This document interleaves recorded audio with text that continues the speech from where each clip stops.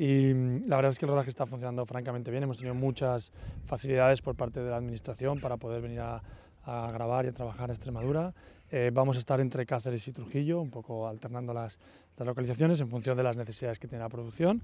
Arrancamos el lunes, estaremos hasta el miércoles que viene y de momento va todo muy bien y esperemos que siga así.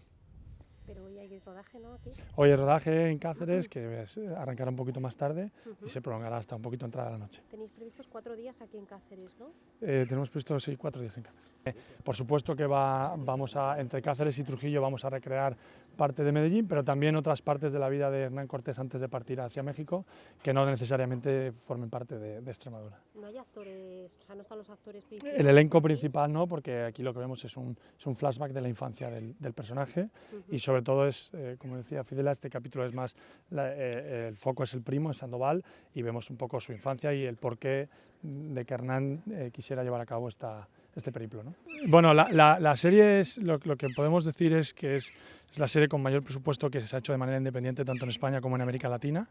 Eso implica un presupuesto muy concreto. No se ha desvelado la cifra concreta, pero es una superproducción para ser una producción hispano-latinoamericana.